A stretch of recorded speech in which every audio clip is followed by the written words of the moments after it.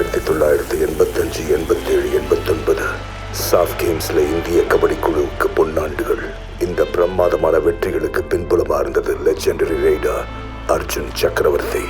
அந்த பெயர் இப்ப எங்கேயுமே இல்லை.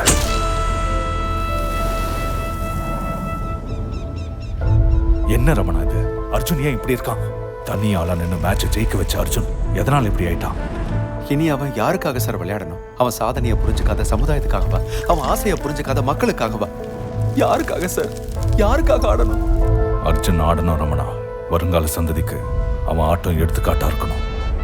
சந்தர்ப்பம் வலிமையை கொடுக்கும், சூழ்நிலை உன்னை பலவீனமாக்கும் தம்பி. அழுகாத மாமா, உனக்கு நான் இருக்கேன். உனக்காக ஆடுறேன். அர்ஜுன் சக்கரவர்த்தினை யாருன்னு இந்த உலகமே தெரிஞ்சுக்கிற அளவுக்கு ஆடுவேன். தோத்துட்டேன் மாமா. வாழ்க்கையில முதல் வாட்டி தோத்துட்டேன். ஒரு விஷயத்தை ஞாபகம் வச்சுக்கோ அர்ஜுன்.